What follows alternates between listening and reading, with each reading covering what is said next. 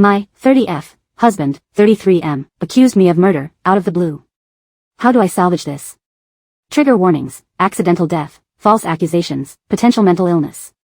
My 30F husband, Luke, 33M, had a sister, Laura, 29F.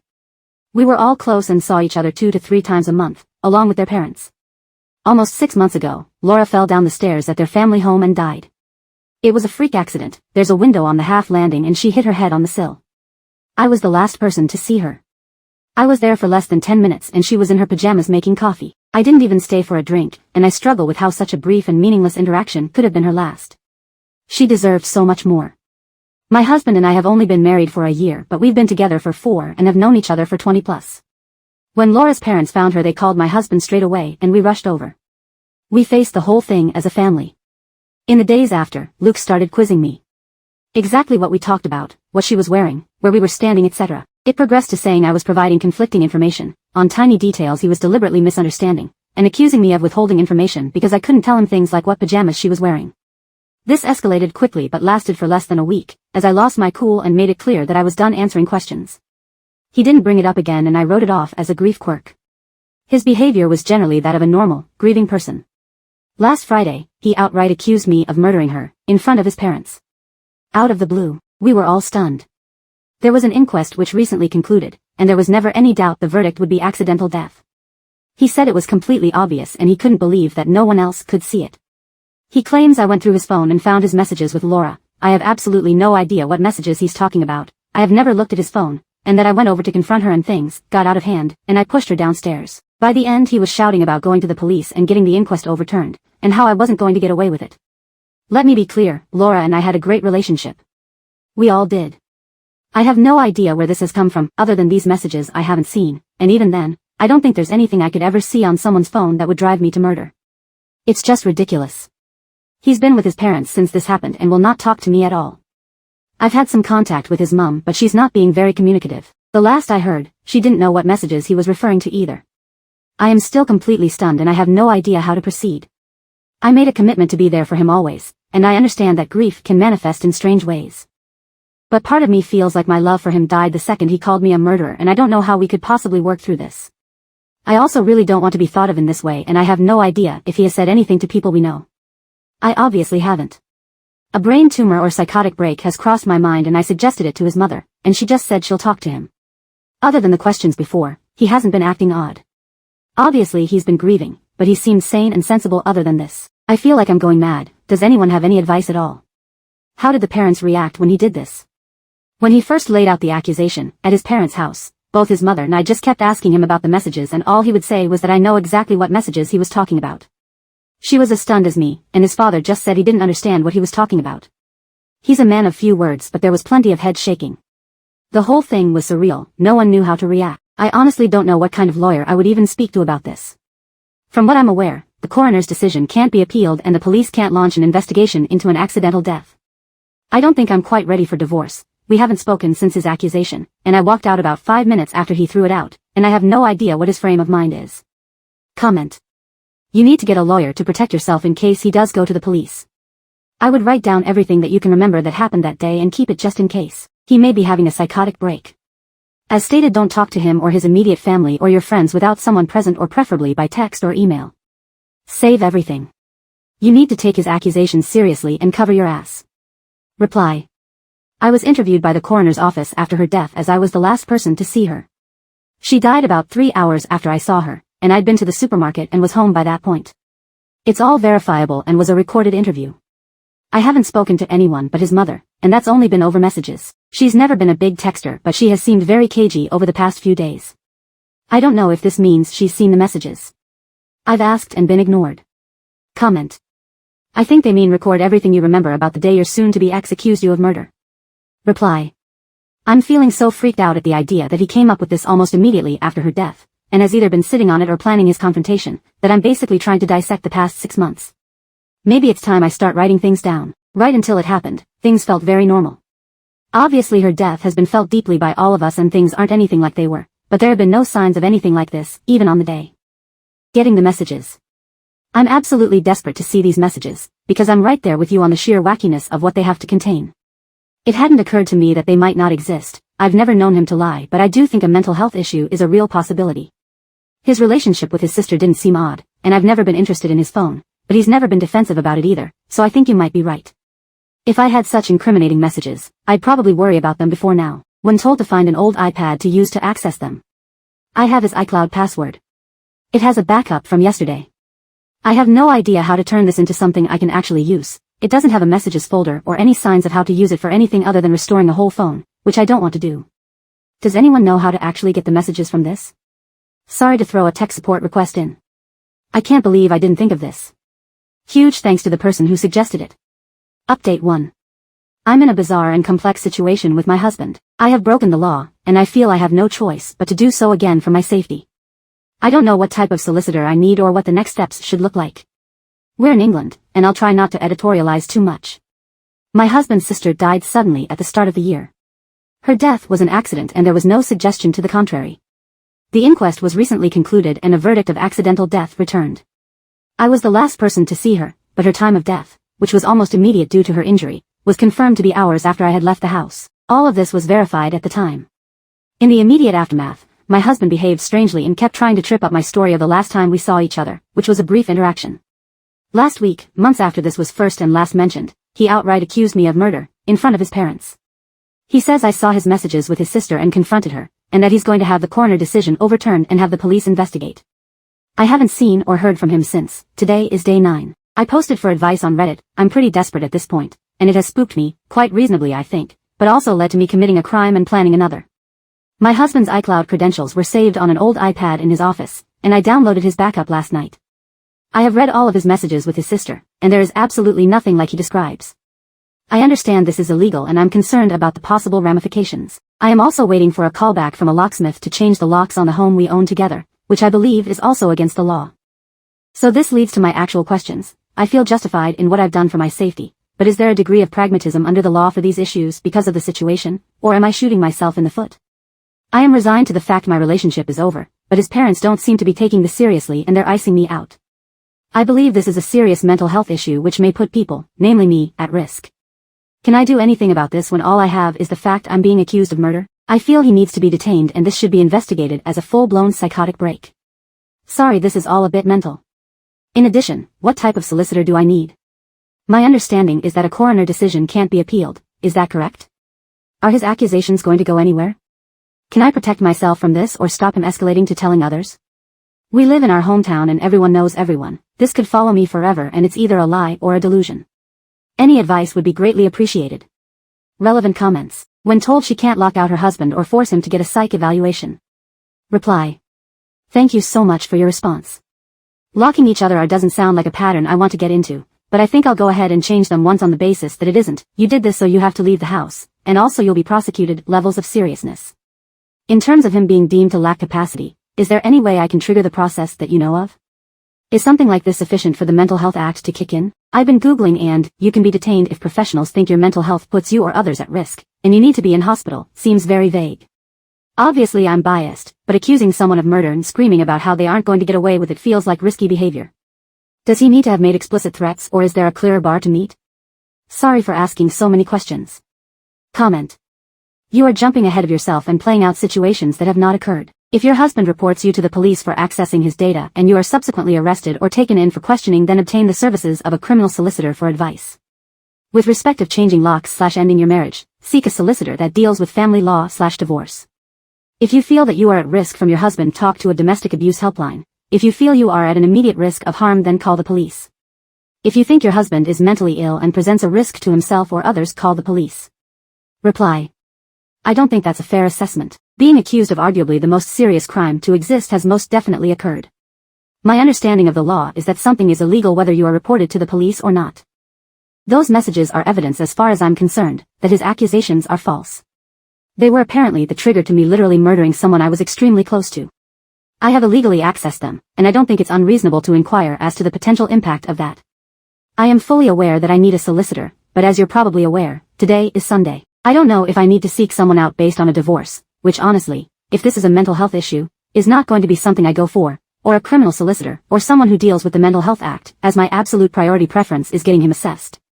My only exposure to the legal system in my entire life was through the inquest, and that is obviously completely different to any of this. I'm not educated in this area.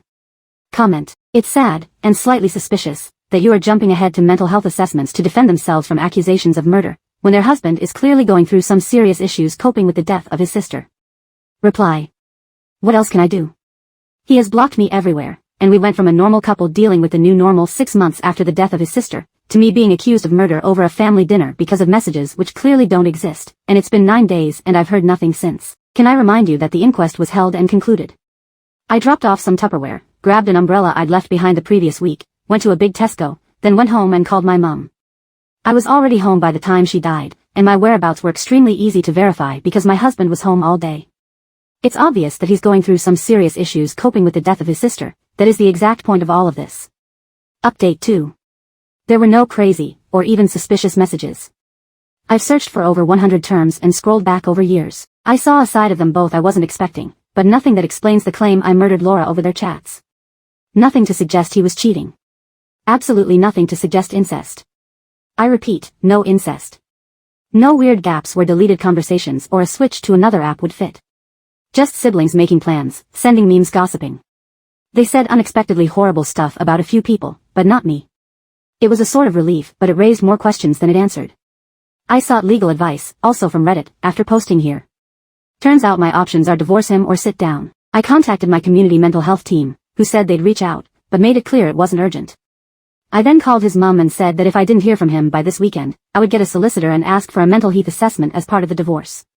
In response, he made a ridiculous post to Facebook, which neither of us have used in years, and everything blew up. I'm going to try to keep this succinct.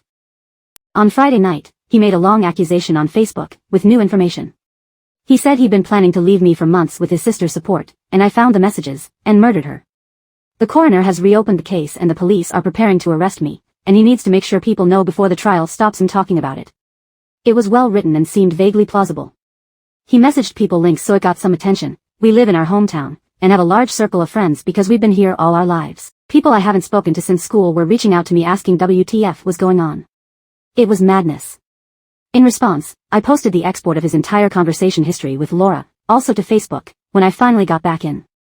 I linked to the chat along with a post explaining my side, and noting that I had changed my ex's iCloud and Apple passwords, and that if he wanted them back, he should comment on my post and update his own, admitting that he was lying. He eventually did. When I started getting messages about his post, I panicked, and changing his password seemed important to preserve everything because he'd know I had access.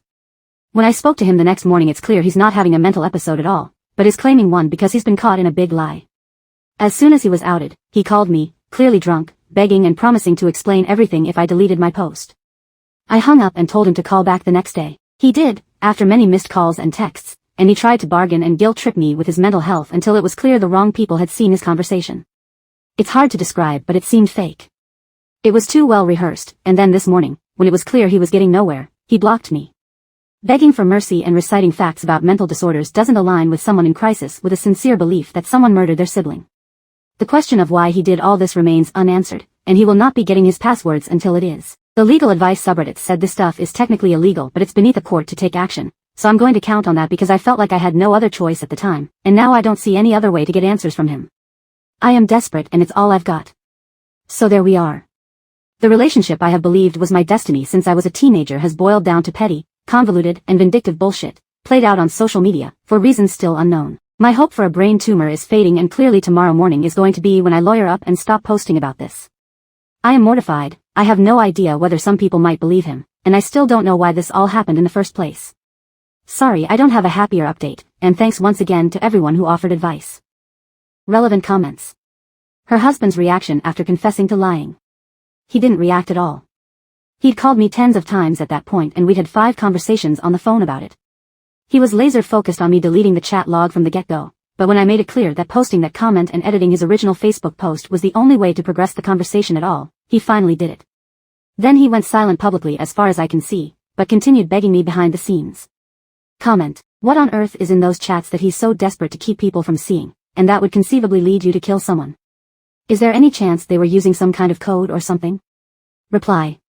I think it was the fact that it proved his story false, alongside the way they spoke about some people. It was really damaging stuff and I can see why he panicked. I hated to do it to him but I really couldn't think of anything else because so many people had questions. Comment.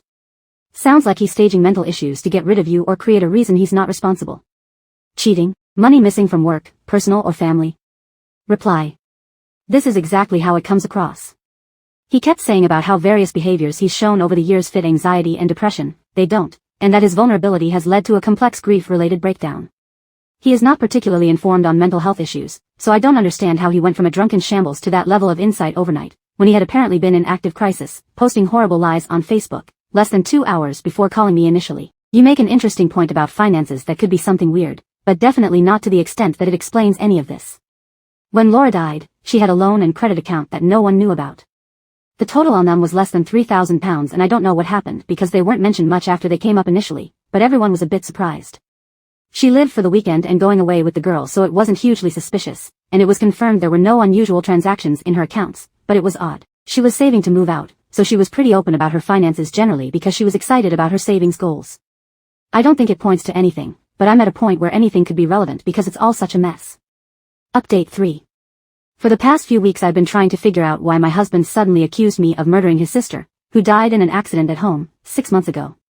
It still feels as ridiculous now as it did then. When Laura died we found out she had about £3,000 in hidden debt. It was odd cause she was pretty open about her finances, but it wasn't out of character for her to overspend, so I hadn't really thought about it since. A comment on my last post prompted me to look more closely at money stuff, and a message to my husband from Laura asking about a payment stuck out. I'd initially assumed it was about a car issue she'd had a few weeks before she died, but Luke definitely paid at the garage when they picked it up, because we talked about it after she dropped him home. It didn't occur to me when I first looked through. The messages supposedly proved I was a murderer, so I had been looking for something scandalous. The message about payment was the only thing I had at that point, and I had no idea what it meant, so I took a chance. I told his mother I knew about the money, and that if he didn't get in touch with me that day, I would make sure everybody else did too. He called me straight away and asked me over to his parents' house to talk. He looked dreadful, and the first thing he asked me was whether I was happy now all of his friends hate him. I told him I don't give a fuck about his relationships and that I was there for answers. It turns my husband told the coroner's office that he was secretly helping Laura pay some of her debt because she was embarrassed and struggling to keep up with her lifestyle. I assume it didn't seem suspicious because her death was clearly an accident, and that's what they were investigating. In reality he took out loans and store cards in her name, and she somehow found out a few weeks before she died. Some guy he works with had apparently done it before and arranged it all, and if Laura hadn't found out, he claims they could have had it written off without her ever knowing. When she did find out, the guy left him high and dry, Kel surprise, and he had to pay it off. I'm inclined to believe that's the gist of what happened, but I am shocked my husband would do something this stupid. When she died so soon after, his brief and apparently genuine suspicion was that she had told me about it that day, and we argued and I'd killed her.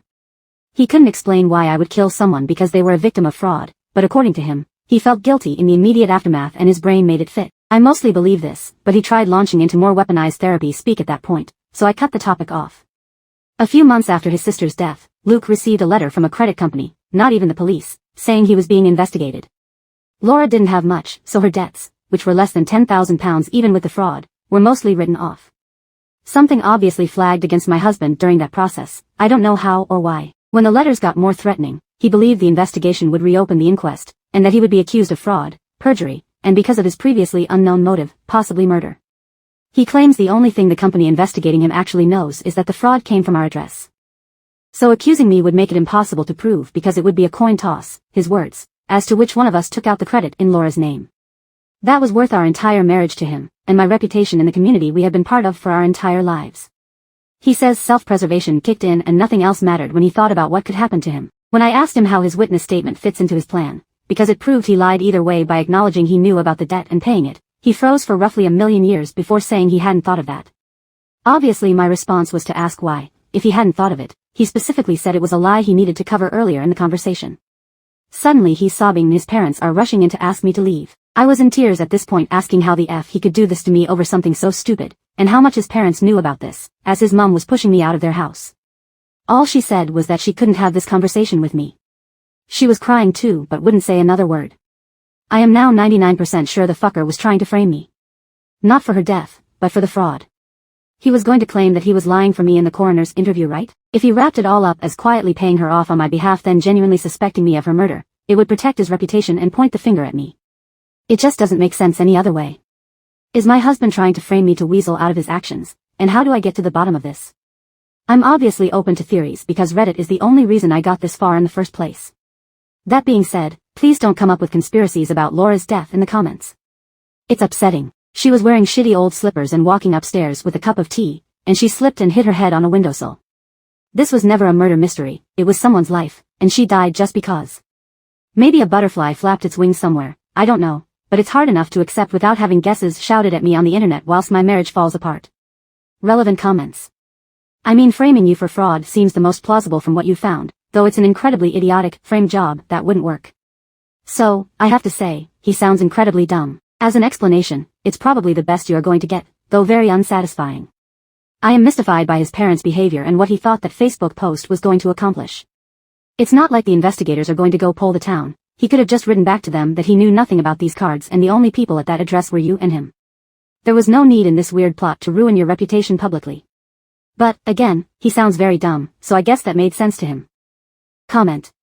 So sorry this happened to you, but I suspect in several years' time, hopefully sooner, you will see being rid of him and his family was actually a blessing. I wish you your very best life going forward. Reply. This is what I don't understand. He's behaved impulsively before but never anything like this. I understand that he didn't take the fraud seriously until he was caught by Laura, and I can get that her death would have made him anxious about it, but I don't know what would possess him to think he could just pass it along. It's baffling. Comment. What's also strange is that it sounds like the fraud amount was low enough that, while yes he'd get in trouble, it isn't like he's going to be ruined. Not that this is a good thing, but white-collar crime is not exactly strongly prosecuted in the UK. Plus, it sounds like a repayment settlement could have solved this. Unless he works in finance or needs a security clearance, this wouldn't be something he couldn't recover from. Also very odd is that you were his alibi for the accident. I realize that wasn't necessary as this was an accident regardless of alibis, but still it's very dumb if he was worried about this being known as a motive, that he would alienate his alibi. I keep coming back to the dumb part, only explanation that makes sense. Reply. This is exactly it. £3,000 would have been manageable, he could have set up a plan to repay it over a year, and he'd have needed to tighten up but would have been fine. It was a private company so getting their money back would obviously be more of a priority than seeking prosecution. This is also part of why his story doesn't make sense. It's such a small amount in the grand scheme of things to blow up your entire life. The only thing I can think of is pure desperation to protect his reputation, but even then, who goes that far? Comment. Is he someone that really prides himself of his reputation? Is his job in finances? Reply. He's a mechanic, so he's got a bit of a masculine pride thing going on. He always wants to be seen as a good, salt of the earth, do anything for anyone, type person, and whilst actually being a good person sometimes slips, usually in the way he talks to people after a drink, never ever to the point where I'd think he'd take loans out in people's names or try to ruin me like this. Comment. I'm sure you've been asked this before, but is he on drugs? Reply. He's a casual drug user, but I've never seen signs of it getting unhealthy. He does cocaine maybe 8-10 times per year, and I've never known him buy it when his money would have been better spent on something else. He's better at spending money than having it generally, but he's never ever shown signs of being greedy or deceitful. The only thing I can think of is that it would have been in the lead up to Christmas, but his gifts weren't particularly extravagant, so I don't think it was a desperate attempt at a magical Christmas.